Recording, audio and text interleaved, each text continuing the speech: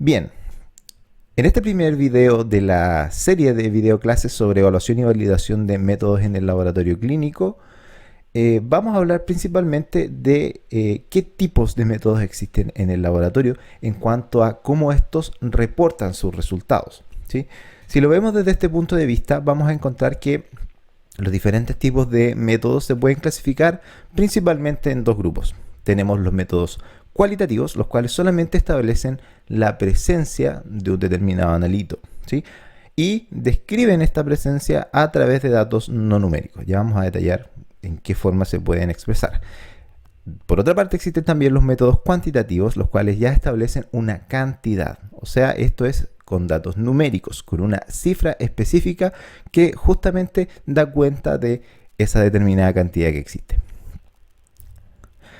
Así, los métodos cualitativos aseguran la presencia o ausencia de uno o más analitos en una muestra, considerando justamente las propiedades de este analito, ¿sí? Así, por ejemplo, podemos determinar de que estos métodos van a decirnos que existe o no existe un determinado analito en la muestra, o la presencia o ausencia de un determinado nivel del analito. Esto también se asocia bastante con, podríamos decir, una mezcla entre los métodos cualitativos y cuantitativos que corresponde a los métodos semi-cuantitativos que vamos a ver más adelante.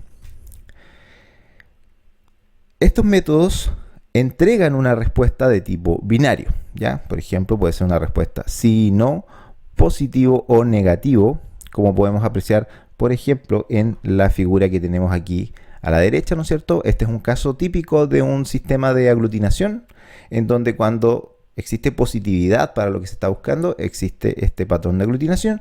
Cuando no existe o es negativa esa muestra para lo que se está buscando, no se observa esa aglutinación. Esto es típico, por ejemplo, de los sistemas de tipificación de grupos sanguíneos que se utilizan en banco de sangre.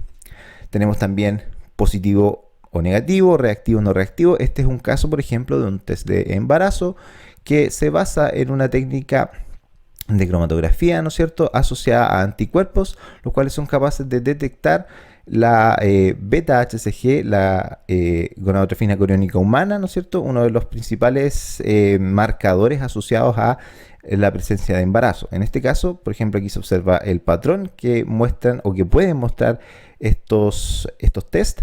Ya se fijan, aquí tenemos el ejemplo de uno, en donde se aparece solamente una banda, que es la banda de control.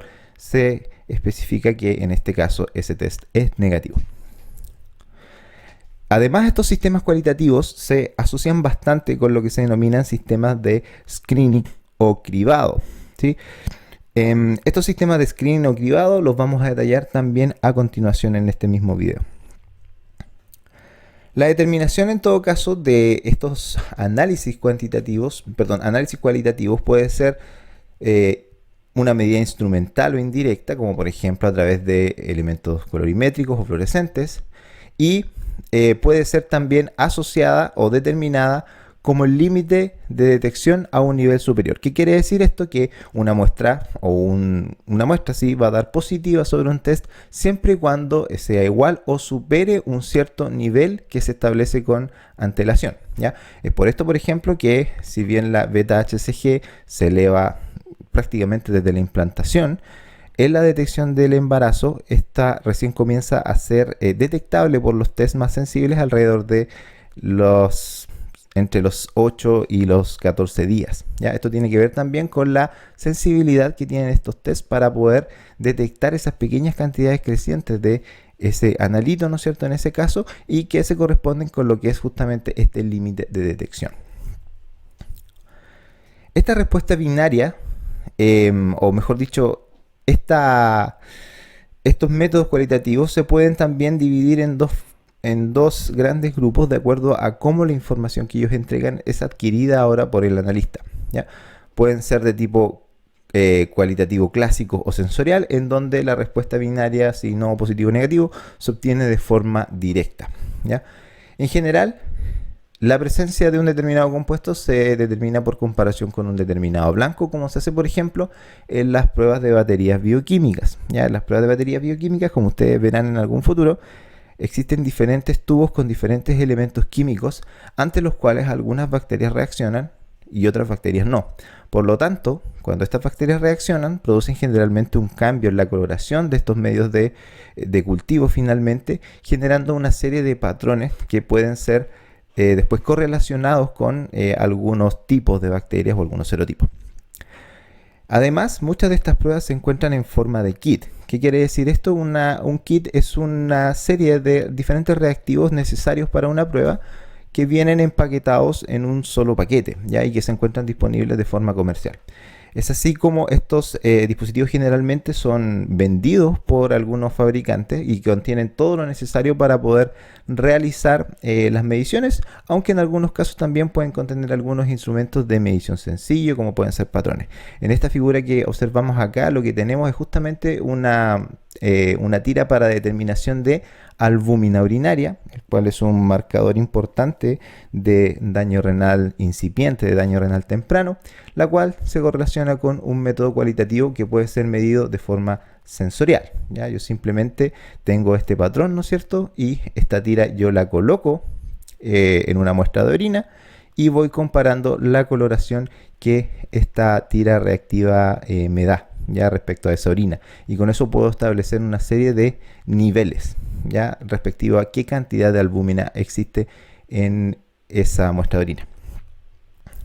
Además de estas pruebas de kits existen varias otras, por ejemplo pruebas de látex, que en el fondo son sueros que contienen anticuerpos unidos a partículas de látex y que cuando reaccionan con un determinado, en este caso una determinada bacteria, ¿no es cierto?, aglutinan, generando patrones de aglutinación, ¿ya? Y además de esto no solamente permite identificar estos microorganismos, sino que también serotipificar. ¿Qué quiere decir eso? Dividir qué tipo específico, en este caso de Streptococcus, podemos encontrarnos.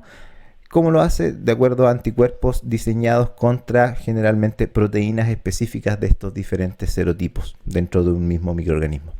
Las tiras de orina también, las tiras rápidas para meningitis, las baterías API, que son bastante también comunes en microbiología, en donde a través de una serie de patrones de reacciones bioquímicas, ¿no es cierto?, se puede establecer diferenciación de diferentes microorganismos, métodos para determinar concentración inhibitoria mínima por microdilución en microplacas, también otros métodos que utilizan ELISA rápido, por ejemplo, para la detección de algunas cepas de Clostridium, como es el Clostridium difficile.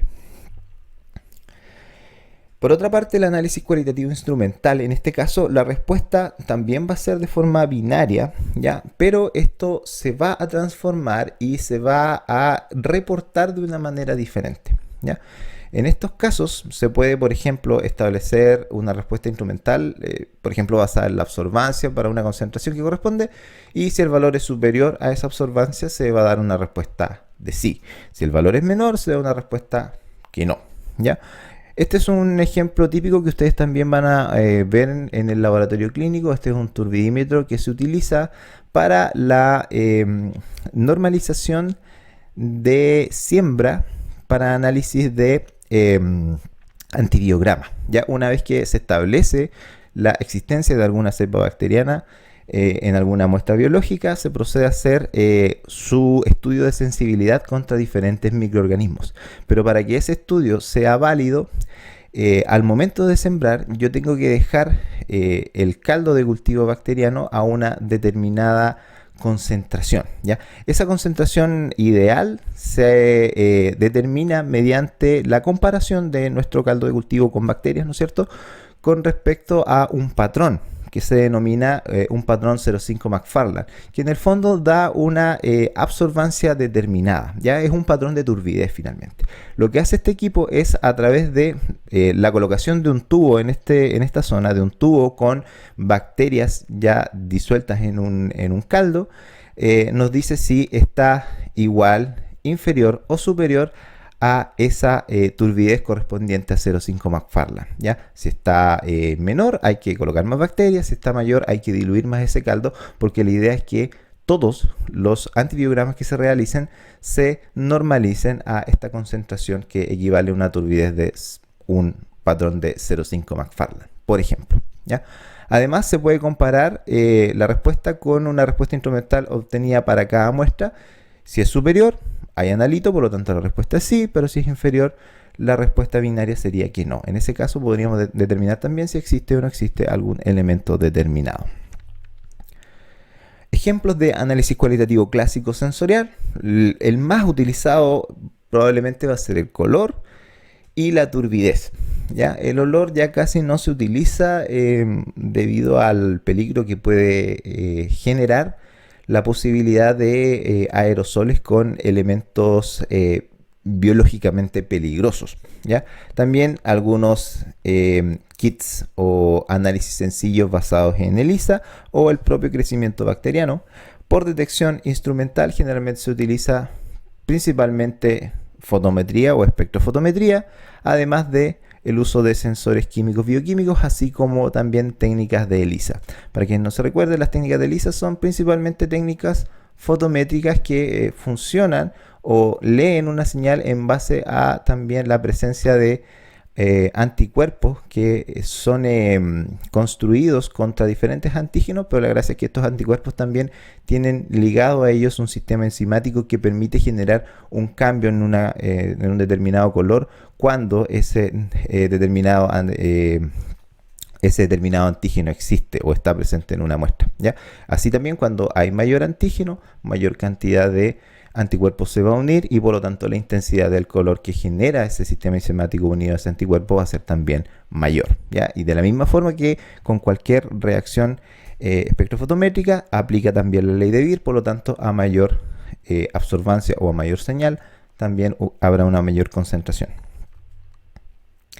Los métodos semi-cuantitativos, como su nombre lo dicen, ofrecen una cuantificación intermedia, no con un orden numérico, sino con un orden de ciertas características de intensidad. ¿Ya? Así, por ejemplo, uno de los casos más comunes son justamente las tiras reactivas de orina, ¿ya? Dentro de lo que es el análisis de orina, existe una parte de este análisis que es el análisis químico, en el cual se realizan diferentes pruebas y las cuales están todas basadas en una tira reactiva. Una tira reactiva no es nada más que una tira de plástico, la cual tiene adherida a ella diferentes almohadillas que tienen diferentes reactivos unidos o embebidos, empapados en esas almohadillas, los cuales determinan la presencia relativa de diferentes elementos. ¿Ya? Por ejemplo, ¿cuáles son algunos de esos elementos? La gravedad específica, el pH, la presencia de esterasa leucocitaria, de nitritos, de proteínas, etcétera, etcétera. Existen varios. Si se fijan acá, hay varios niveles de esto. ¿Ya? Por lo tanto, si bien no dan una numeración específica, en este caso, por ejemplo, la gravedad específica, esta tira de orina me puede determinar para qué nivel o en qué nivel se encuentra una determinada muestra. ¿Ya? Veámoslo, por ejemplo, con el caso aquí de la bilirrubina. Se fijan que la bilirrubina aparece como, en este caso, negativa, ¿ya? Una cruz de intensidad, 2 cruces y 3 cruces. No nos da información de qué cantidad específicamente existe de bilirrubina en esa muestra, pero sí nos dice cuál es la intensidad de esa cantidad. Cuánto de mucho o de poco existe de bilirrubina en esa muestra, ¿ya? Los resultados se pueden agrupar en diferentes clases, cuantificación relativa, ¿no es cierto? Fuertemente positivo, positivo, positivo débil, negativo, etcétera, etcétera. No todos los sistemas van a tener cada uno de estos elementos, algunos pueden ser positivo o negativo simplemente, otro va a ser positivo fuerte, positivo normal débil y negativo y nada más. Ya eso va a depender específicamente del inserto específico. Ahora, tenemos que hablar un poco también de cómo funcionan estos test finalmente que son cualitativos, ¿ya? En general, vamos a suponer, por ejemplo, que tenemos un test que nos da una respuesta negativa cuando la concentración de un determinado mensurando está por debajo de los 2 nanogramos por gramo. Ya puede ser 2 nanogramos por ml, por decilitro, lo que ustedes quieran. Pero en este caso va a ser 2 nanogramos por gramo.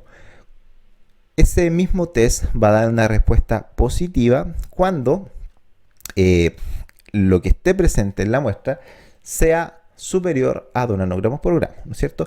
Eso es en condiciones ideales, ¿ya? A este límite se le denomina límite de corte o cut-off en inglés, ¿ya? Y debería ser justamente la línea divisoria entre una respuesta negativa y una respuesta positiva, ¿ya? Sin embargo, en la práctica existe una zona de este test en donde algunas muestras que tienen menos de 2 nanogramos por gramo nos van a dar como positivas, ¿ya? Y algunas muestras que estén por encima de los 2 nanogramos por gramo nos van a dar como negativas, ¿ya? En el primer caso tenemos lo que se denomina un falso positivo, ¿ya? La muestra no tiene la concentración mayor a esa línea de corte, pero el resultado final es positivo, ¿ya? Eso se denomina un falso positivo. Un falso negativo, por el contrario, es cuando existe una concentración mayor a ese valor de corte, pero el test nos reporta un resultado negativo, ¿ya? Eso es inherente a cualquier test. Todos los tests tienen esta denominada región de no fiabilidad o error, independiente si es un método cualitativo o un método cuantitativo, ¿sí? Ahora, en el caso de los métodos cualitativos es especialmente sensible este punto porque justamente nos interesa una cosa cuando estamos tratando de determinar algo, y es que la cantidad de falsos negativos sea la menor posible, ¿ya? Así, la idea original de estos tests es que esta zona de no fiabilidad sea la menor posible y de que ese valor de corte, ¿ya? Ese cut-off, esté siempre en la zona asociada hacia la izquierda de los falsos negativos. ¿Por qué? Porque en el caso de estos tests vamos a ver también lo que es un test de screening y quiero que se recuerden un poco de eso. Como les decía, es importante justamente eliminar lo que son los valores falsos negativos, no tanto los falsos positivos. Ustedes dirán, pero bueno, ¿no es importante eliminar ambos? De hecho sí, pero vamos a ver que los test cualitativos tienen una utilidad más o menos bien determinada dentro de lo que es el análisis de muestras, dentro de lo que es el análisis el contexto del análisis clínico finalmente, ¿ya?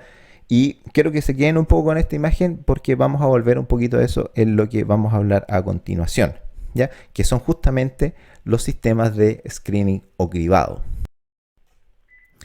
Para entender lo que es un sistema de screening o cribado, primero tenemos que entender cómo estos se involucran con lo que es la prevención de enfermedades. Ya vamos a ver que esto es muy importante cuando queremos entender qué significa finalmente un sistema de screening, ¿ya? En este cuadro nosotros podemos ver cómo podemos determinar las diferentes situaciones clínicas que existen, tanto desde la visión de una persona, de un paciente, o desde la visión de un clínico, ¿ya? O sea, desde el sentir, podríamos decir, de una persona que se siente que está enferma o que no siente que está enferma, ¿ya? Eso quiere decir que el enfermar está presente o ausente, ¿ya? Desde el punto de vista del clínico, se puede observar esa enfermedad también como ausente o presente. Cuando esto ocurre se pueden dar estos 4 escenarios que están acá, ¿sí? Y se relacionan con qué estrategias en salud se encausan dependiendo de cuál sea cada una de estas situaciones. Es así como la prevención primaria actúa cuando el enfermar es ausente y cuando la enfermedad es ausente. ¿Qué quiere decir eso?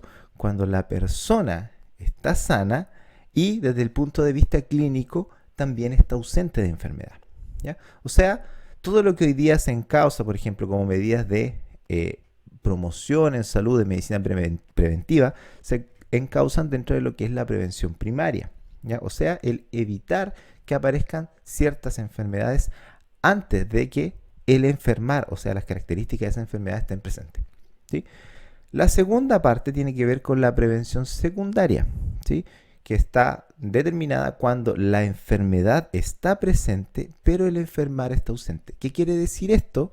En el fondo que una persona tiene una condición, pero aún no aparece sintomatología asociada a esa condición. Esto es bastante común, por ejemplo, en la mayoría de las infecciones, tanto virales o bacterianas, sobre todo las virales, en donde existe un periodo donde la infección es efectiva, existe, ¿no es cierto? Existe incluso en algunos casos seropositividad, o sea, existen marcadores asociados a la presencia de un determinado microorganismo en el organismo de una persona, pero sin que exista una sintomatología evidente, Ya, esto se denomina en muchos casos el periodo de ventana, ¿no es cierto? El periodo entre un evento de infección hasta la aparición de los primeros síntomas. ¿Ya? Y es aquí donde justamente entran los sistemas de screening, o sea, en poder determinar que existe algún marcador específico para alguna condición aún antes de que aparezcan los síntomas. ¿Ya? La prevención terciaria, ¿no es cierto?, ya tiene que ver con que cuando el enfermar está presente y la enfermedad está presente. Esto tiene que ver directamente con los tratamientos asociados a evitar que las condiciones de una persona que ya está determinada como enferma y que tiene la enfermedad empeoren. ¿Sí?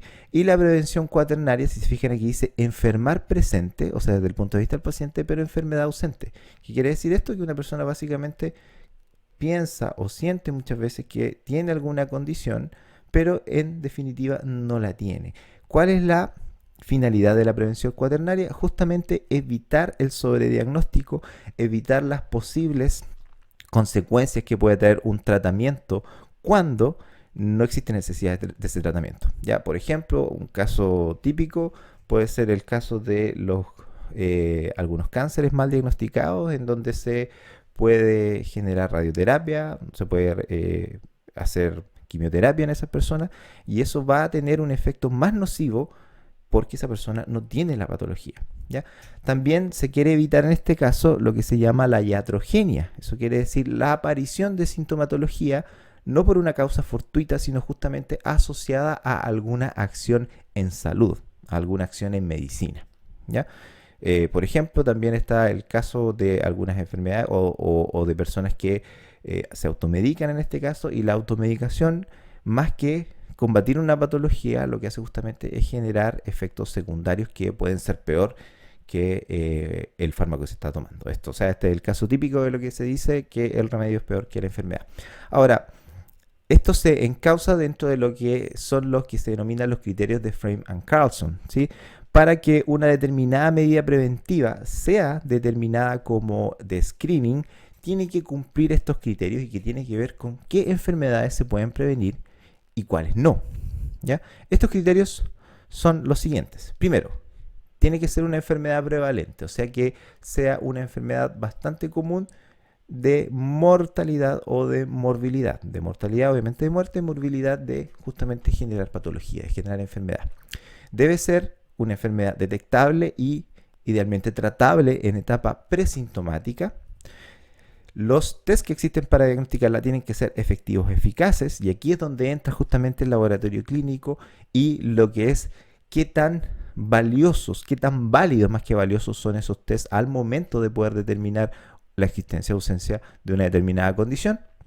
Además, se debe cumplir con que el tratamiento temprano debe ser mejor que el tratamiento en etapa sintomática o de diagnóstico habitual. Eso quiere decir que si se detecta antes de la aparición de los síntomas, la acción que se realiza va a tener un mejor resultado clínico para la persona.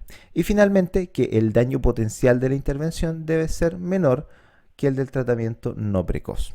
Eso quiere decir que si se hace una acción en el momento en cuando todavía no hay sintomatología, el daño que puede producir esa misma acción clínica sea menor que el daño que se podría producir cuando ya la enfermedad está establecida. ¿Sí? Desde este punto de vista, entonces, los sistemas llamados de screening, o en algunos textos se lo van a encontrar como cribado o tamizaje, ¿ya? Esto se usa principalmente en los textos españoles. En los textos que vienen de España se utiliza bastante el término cribado o tamizaje. En los textos o en las revistas que obviamente son de habla inglesa se utiliza el término screening, pero también en América Latina se utiliza bastante el término screening, o sea, se reconoce ya casi como un anglicismo que es prácticamente bastante utilizado dentro de lo que es la jerga médica, ¿ya? Entonces, los sistemas de screening son pruebas finalmente que están dirigidas a personas que en principio son sanas, eso quiere decir que no tienen sintomatología, para poder distinguir aquellas que probablemente estén enfermas de las que probablemente no están enfermas. Así, muchas veces se utilizan como una etapa previa, ¿ya? Para luego realizar un análisis que sea confirmatorio. De aquí de nuevo hacemos el link con lo que eran los test cualitativos. Muchos de los test cualitativos se utilizan hoy en día como sistemas de screening.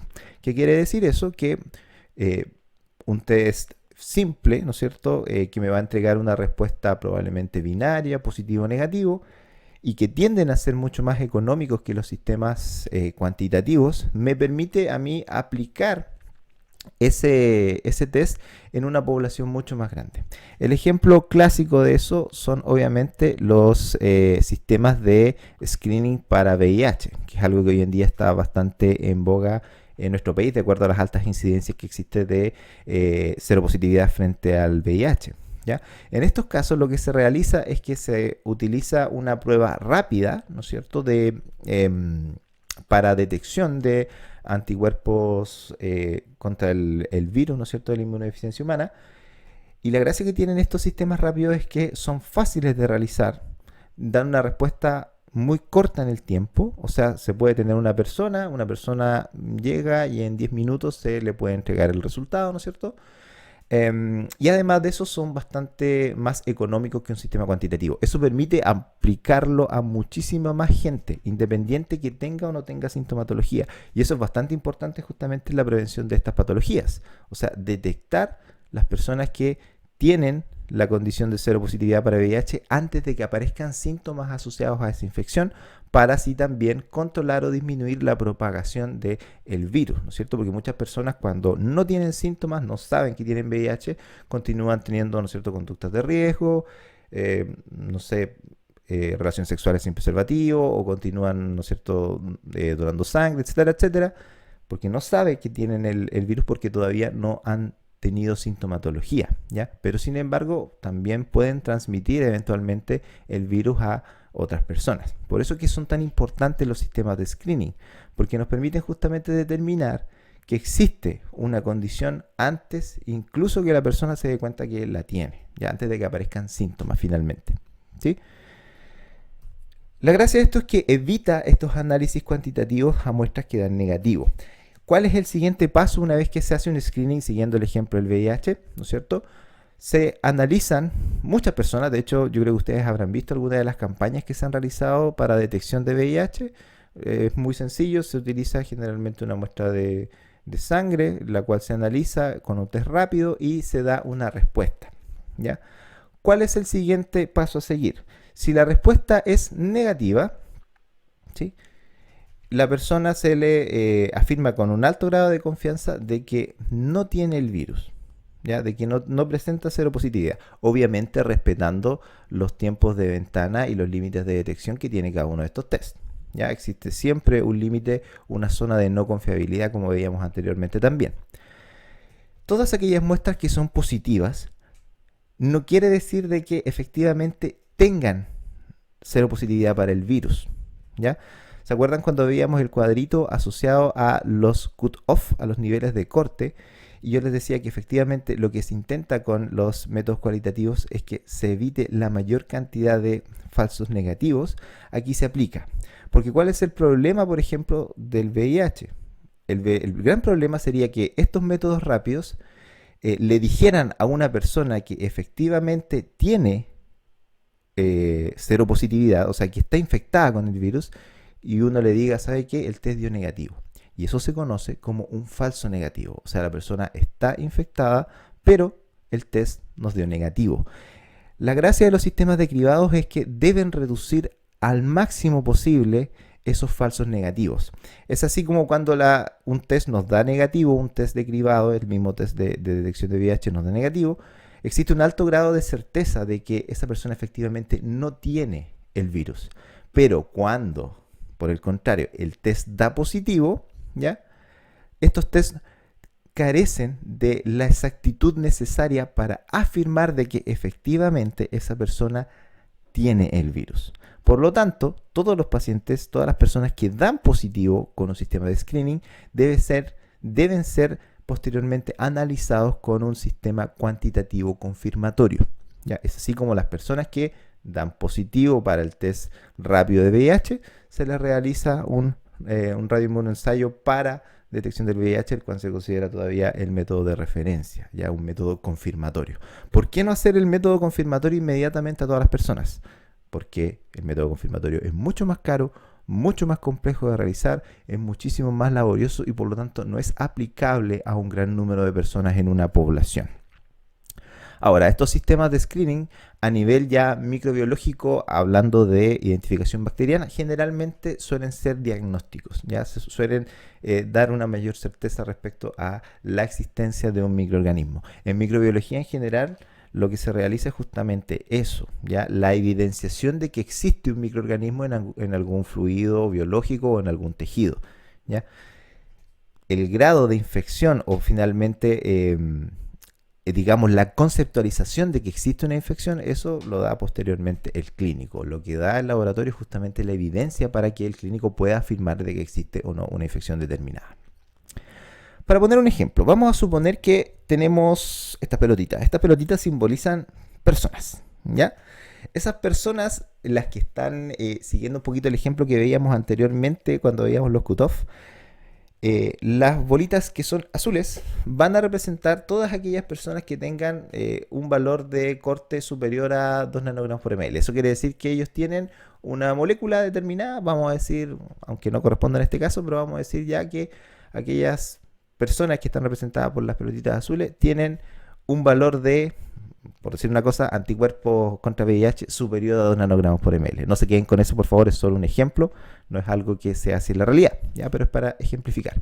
Todos los que tienen una cantidad menor a 2 nanogramos por ml están representados por las pelotitas blancas que están aquí. Ahora,